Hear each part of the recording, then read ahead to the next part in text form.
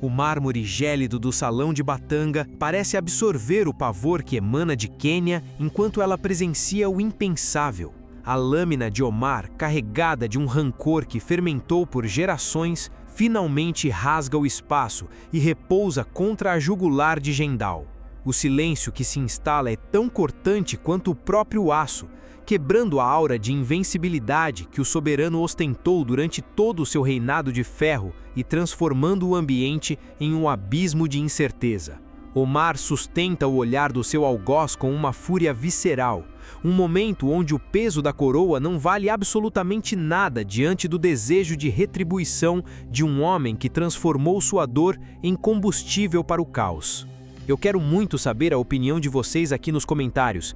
Esse confronto direto era o único caminho para a liberdade, ou Omar está apenas trocando uma tirania por outra ao agir com tamanha brutalidade? Se você não quer perder o desfecho desse embate que está desmoronando as estruturas de poder da novela, já garante sua inscrição aqui no canal agora para acompanhar cada segundo dessa reviravolta. A lâmina encontra a carne.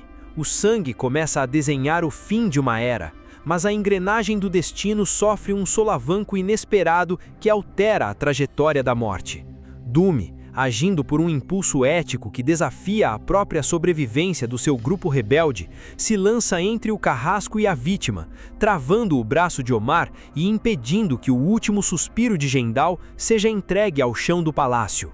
Enquanto o rei desmorona, lutando para manter o fio de consciência que lhe resta, e Kenya se afoga em um desespero ensurdecedor, Omar utiliza a poeira da confusão para se dissolver nas sombras, escapando pelos labirintos de pedra com a ilusão de que sua missão de vingança foi selada com êxito. Ele ressurge no esconderijo com o peito inflado, anunciando para Akin e Ladissa que o opressor não passa de uma lembrança sangrenta, ignorando completamente que a intervenção de um aliado transformou seu triunfo em uma miragem perigosa que logo se dissipará. O ar pesado de Batanga carrega agora o cheiro da traição interna, e Dume se vê preso em um redemoinho psicológico entre o que é necessário e o que é humano. Ele sustenta perante o tribunal improvisado de Akin que a princesa Alika jamais abençoaria um movimento tão desprovido de honra, usando a imagem da nobre como um escudo moral para conter a sede de sangue que ameaça devorar o restante dos rebeldes. Omar, ao perceber que sua sede de revanche quase colocou a cabeça de todos na guilhotina real, baixa a guarda e busca o perdão de Dume em um raro instante de vulnerabilidade, reconhecendo que a paixão política o cegou para as consequências táticas.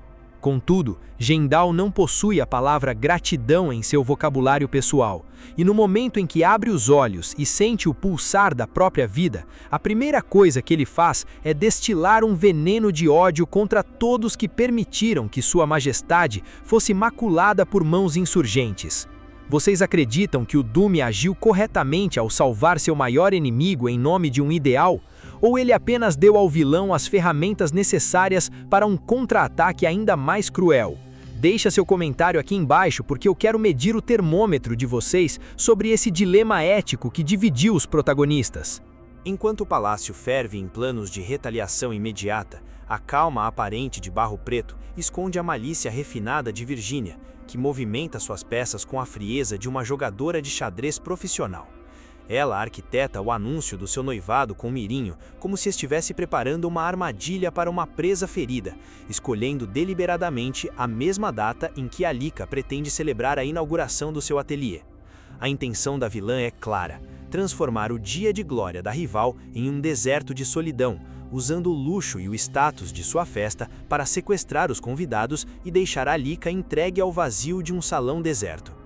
Alika sente o peso da rasteira social e seu olhar transparece uma melancolia profunda, o que acaba despertando os alertas de Onildo, que estranha como uma jovem supostamente comum carrega tanta sofisticação e segredos guardados a 7 chaves. A rede de manipulações se torna ainda mais sombria quando Mirinho decide que precisa de uma narrativa de heroísmo para amarrar de vez o coração de Alika através da dívida emocional. Com a cumplicidade de Casemiro e Fabrício, ele encena um ataque violento na estrada, pagando comparsas para intimidarem o pobre José de forma agressiva, apenas para surgir no último segundo como o salvador improvável. O canalha executa sua performance com tamanha frieza que chega a simular uma lesão física para dar veracidade ao seu suposto sacrifício, conseguindo exatamente o que queria: ser acolhido por Alika para receber cuidados especiais e admiração eterna. É uma estratégia de controle tão baixa que nos faz questionar até onde vai o caráter de um homem que usa a integridade do próprio sogro como degrau para alimentar sua obsessão pela mocinha. Eu fico genuinamente impressionado com a capacidade que o Mirinho tem de ser tão calculista e sem escrúpulos. Vocês não acham que ele está passando de todos os limites aceitáveis? Se você também quer ver esse oportunista sendo desmascarado diante de toda a cidade, clica no joinha para fortalecer o nosso time que busca a verdade acima de tudo. De volta ao núcleo central de Batanga, Kenya resolve desafiar as sombras que cercam o trono e se entrega a um momento de carinho profundo com Dumi, selando um compromisso que nasce em solo proibido e perigoso.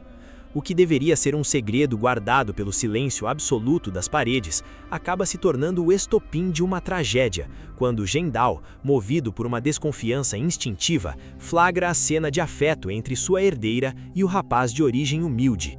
O soberano explode em uma fúria descontrolada e lança um ultimato que faz o chão desaparecer sob os pés de Dumi. Ou ele entrega a localização exata de Omar para sofrer a punição exemplar, ou ele mesmo será sacrificado em praça pública como exemplo de traição. É uma chantagem psicológica cruel que força Kenya a se humilhar diante do progenitor, implorando por uma clemência que parece não existir na alma petrificada daquele homem. O pavor toma conta da princesa ao perceber que seu pai está disposto a apagar a luz da vida do seu grande amor apenas para reafirmar sua autoridade e o controle absoluto sobre sua linhagem. Dumi, sentindo que o cerco se fechou e que sua presença é um risco constante para a segurança de Kenya, começa a preparar uma partida dolorosa, tentando poupá-la de assistir à sua ruína iminente nas mãos dos guardas reais. Enquanto isso, Akin percebe que o silêncio do amigo é o sinal claro de que algo terrível aconteceu, e a sombra do medo começa a rondar o acampamento dos fugitivos, que agora se sentem expostos e vulneráveis a qualquer delação. O destino do jovem herói depende agora de uma decisão que pode mudar para sempre a configuração de poder naquela região, e o tempo corre contra qualquer possibilidade de uma salvação milagrosa no último segundo. Enquanto as grandes tramas se desenrolam no topo da pirâmide, o Carrapato prova que a malandragem é sua melhor arma de sobrevivência, ao tentar se esconder das autoridades dentro da estrutura da própria igreja. Ele tem a audácia de vestir as vestes sagradas de Viriato, circulando pela cidade com um disfarce clerical que confunde até o olhar atento de Miguel, que jamais imaginaria tal heresia. A situação beira o ridículo quando o verdadeiro religioso flagra o impostor pegando mantimentos da mercearia sem qualquer cerimônia, revelando que a fome de liberdade do Carrapato é tão grande quanto sua absoluta falta de vergonha. É um respiro de ironia em meio a tanto sofrimento, mostrando que enquanto uns lutam por reinos inteiros, outros lutam apenas para não serem levados pelo capitão Belarmino no próximo amanhecer. Será que esse disfarce improvisado vai ser o suficiente para proteger o Carrapato por muito tempo? Ou as autoridades vão descobrir o pecado por trás da batina antes do previsto? Comenta aqui embaixo se você acha que ele consegue enganar todo mundo com esse teatro espiritual. O clímax da semana atinge seu ápice quando Gendal decide que sua paciência chegou ao fim e ordena a detenção formal de Dumi, lançando-o nas profundezas do calabouço como se ele fosse o pior dos criminosos. Kenya entra em um estado de choque absoluto ao entender que a punição final do seu amado já foi agendada e que seu pai está saboreando o sofrimento dela como se fosse uma lição de obediência necessária. Akin corre para alertar Omar e Ladisa sobre a gravidade da situação, gerando um impasse ético devastador. Eles devem se entregar para salvar o amigo inocente ou continuar a resistência enquanto o sangue de um irmão é derramado? O peso dessa escolha racha a união do grupo e deixa todos em uma corda bamba emocional onde não existe nenhuma saída que não envolva uma dor profunda e irreparável. No entanto, Gendal prova ser um mestre da estratégia psicológica ao realizar uma manobra que ninguém no palácio conseguiu prever diante da corte estupefata. No último segundo, ele proclama o perdão oficial a Dumi, cancelando a execução imediata, mas deixando claro que a vida do rapaz agora pertence ao trono de uma forma muito mais perversa e controlada.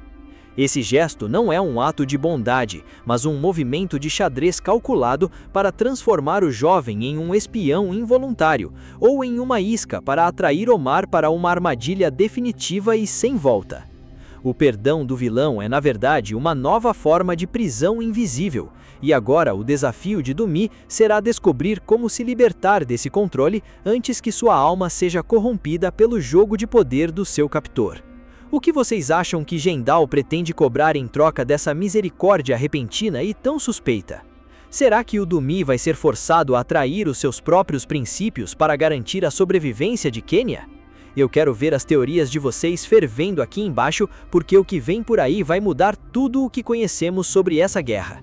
Se você gostou desse mergulho nas profundezas dessa trama intensa, não esquece de compartilhar o link com aquele amigo que ama uma boa novela e ativa as notificações para não perder o desenrolar desse conflito de gigantes. A gente se vê no próximo vídeo com a verdade nua e crua sobre os segredos de Batanga.